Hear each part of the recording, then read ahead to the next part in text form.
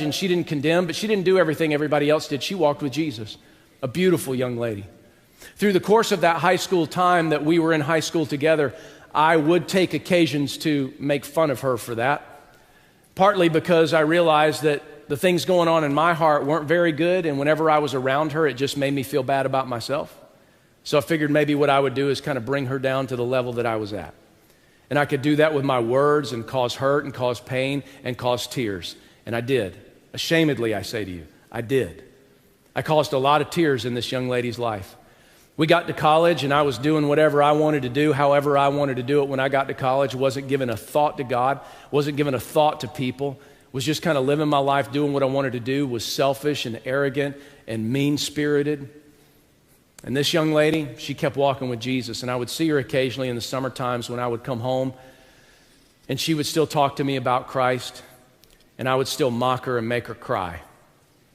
Until one day, in the summer of 1989, between my sophomore and my junior year in college, I was home, and this young lady who kept making a choice, even though every time I was around her, I would mock her.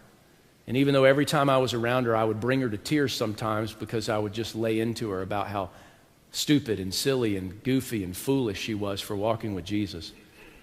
She kept forgiving me and kept coming back and kept talking to me and kept showing me love. You can't do that if you harbor unforgiveness. But she kept forgiving. Father, forgive Jerry. He doesn't know what he's doing.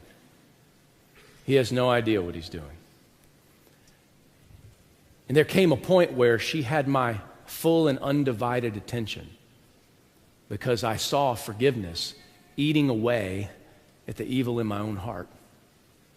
And it's hard to stand. You disarm people when you forgive. And she stood in the middle of a street in the summer of 1989 after a party from midnight to 3 o'clock in the morning and stood in the middle of the street face to face with me and shared the gospel of forgiveness, the gospel of Jesus, that what God had done for her, God could do for me, and that I could be shown the forgiveness of God, my sins forgiven, and my life transformed.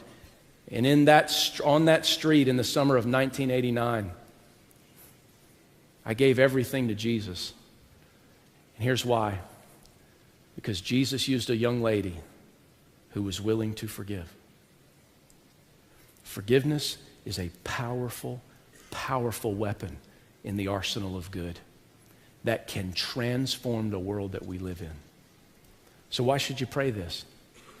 You should pray it first and foremost because